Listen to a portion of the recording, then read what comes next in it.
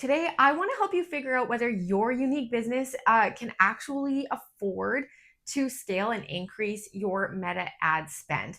Now, what I'm going to tell you is that if your marketing performance report with your Meta numbers shows everything looks great, your return on ad spend is super profitable with a really high number, your cost per acquisition looks totally sustainable, and your lifetime value is high, and the ratio between that cost to acquire an initial customer at the first purchase versus the lifetime value is also high, 3 to 1 is the benchmark for supplements, you still may not be able to scale your Meta ad spend. And I'm going to tell you why in today's video. There is one number that is the answer to this question. It's not a performance marketing number. It's actually a business performance number. And the reason you've never thought to tie this to your Meta ad campaigns is that it has nothing to do with marketing, but has everything to do with whether or not you can scale your spend. So let's get into what I mean by that.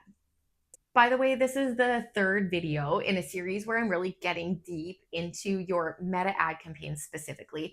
In the first episode, I talked about your the new customer acquisition percentage that's coming from your Meta ad campaigns, why you can't trust that number at all, and a proxy in order to fix it without spending a huge amount on attribution tools that you may not need depending on the size of your brand. That was the first one. In the second one, I looked at the cost of acquiring a new customer on Meta, what that number says in your Meta ad campaigns or on your performance report versus the value that that customer is going to provide to your business over time and whether or not they make repeat purchases, and why you often can't see that number accurately in your Meta campaigns and how things are getting optimized incorrectly. So watch that one or both of those really if you haven't yet before you dive into this one. But today I'm going to cover the third element that really ties all of this together to let you know, and really you need to watch this before you ever think about spending more on Meta, because it's super important for every supplements brand that is using Meta as an advertising channel. Now, quickly about me, I'm Erin Cardone. I founded Legendary Ecom Growth Partners. We're based in Vancouver, BC, and been in business since 2015. And we exclusively help DTC supplements brands grow and scale your business profitably. Yes, we're a marketing agency, but what we care about is making your business healthier. Whether you're looking to scale for an exit or just looking to scale to have a more successful business, that is what we do. And we're here to help. The reason I can help you is I used to be a Shopify brand owner. I successfully exited my brand after 2 months on the market. So I know what it's like to be in your seat, but I also have helped tons of DTC supplement brands do exactly what you're looking to do.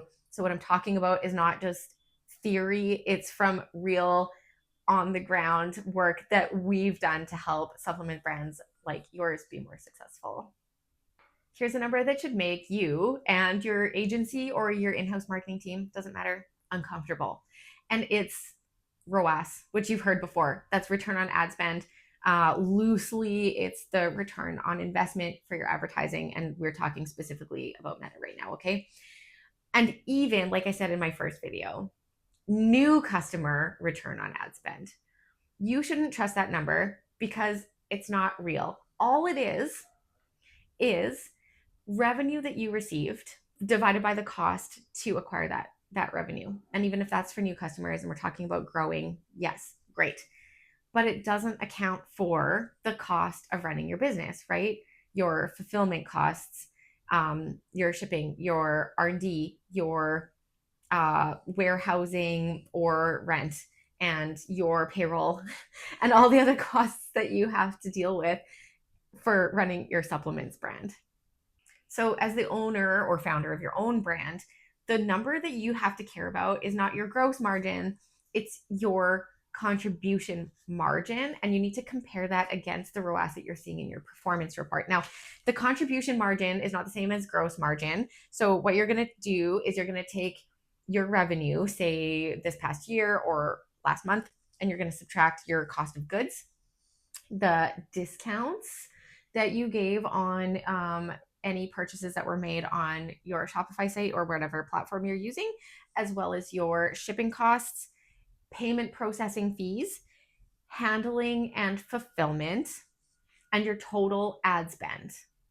So what's left after all of those subtractions is your contribution margin. And that is kind of like the business level number that you need to know to realize whether your, I'm going to say ROAS, but it's really new customer ROAS, is really sustainable. Okay. And it's a number that's going to be unique to your business. Not every supplements brand is the same. Um, and for DTC supplements brands, if your contribution margin is above 15%, you're in a pretty healthy position. Great. If you're kind of in the 5 to 15% range, that's definitely a caution sign where things are a little bit too close and you need to proceed with caution. And if it's below 5%, you probably got a bit of a problem. And especially after you account for any fixed costs, you might need to fix the kind of like baseline economics of the business before you can really think about scaling your ad spend whatsoever. So, with that in mind, I want to tell you what an agency like mine would think about before we would advise a brand to scale their meta ad spend or their ad spend at all on any channel. So, it probably is safe to scale if your new customer ROAS is above 1.5 for that specific channel. Okay, saying that with a word of caution. If your cost to acquire a new customer, like your true cost to acquire a new customer on the channel, is less than 1/3 of your 1 year lifetime value. So, what those customers are going to spend with you over the course of the next year by repeat orders. And also your contribution margin is about 15%. And the variance between the new customer attribution from your Shopify platform versus what Meta is showing you in their ads platform is less than 15 percentage points. Safe-ish to scale in that scenario. If it's not, you're either going to be holding the pattern and keeping things as is and watching.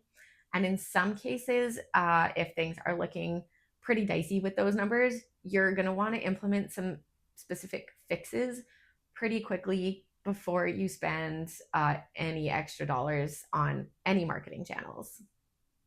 Scaling spend on a channel that's showing you a high return on ad spend is probably the biggest mistake that I've ever seen supplement brands make. And it's extremely common, right? Because anywhere that you look, people will tell you, marketing experts will tell you that a high ROAS is an indicator of success and profitability.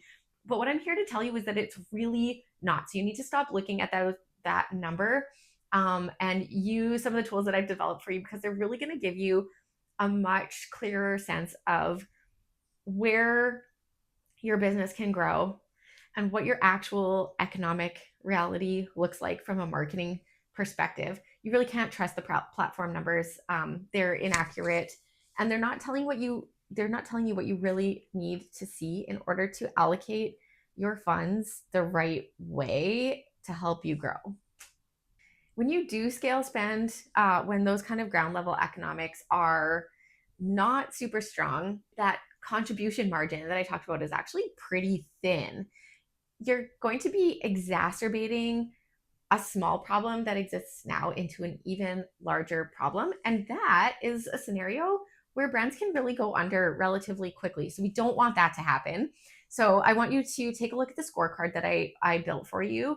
The link to it is in the description. It's going to walk you through the numbers that actually matter, and it makes it super easy because I explain to you where you can find all of that information for yourself, even if your marketing team doesn't have it at hand for you. I tell you the exact steps of where to find that in your Shopify dashboard and in your marketing report or your Meta Ads manager. And you plug in your own unique numbers. So you're going to grab the link to the report, to the scorecard, make a copy of it, save it to your own Google Drive or download it as an Excel document. Plug in your own numbers, and you can really see for your own business like how much margin actually exists after your campaigns are running, so that you know really like how much more can you spend and scale to hit those growth targets that you've set for yourself. Because none of what I'm talking about in this series that you've been watching is visible in Meta. Meta doesn't report any of it. If it tries to, honestly, it's wrong. And I mentioned before in past videos, there's 4 reasons for that. And so, what I'm trying to do is help you find a bit of a proxy that will help you determine your numbers for your own business better, to make more informed decisions. Now, that Meta Profitability Scorecard that I referenced throughout the series brings together all of the numbers that should really matter to you and will really help you make a better informed decision about whether you can scale your spend or not, if you need to make a fix. And it only takes 5 or 10 minutes to fill it in. It's really worth your time. So if you've never run these numbers before, you might find a few in the scorecard that make you a little bit uncomfortable, but that's okay, because at least now you are informed about where you're at. You can fix what's broken and you can scale what's working. So grab that link from the description today. And I'd really love to know from you if you found it useful, or if any of the numbers actually surprised you or were different than what you were expecting. Please do drop that into the comments. I would love to read what you have to say about it, and I will reply to your comments. Also, if you have any ideas for what would be helpful to help your business grow and scale, I am all ears. That's what I do here. If you've got an idea for me, drop it into the comments. Or you can send me an email via our website at legendarydigital.ca. I would love to know your ideas. I am here to help your business grow the way you want it to grow. Thank you so much for watching, and I will see you next month for our next series.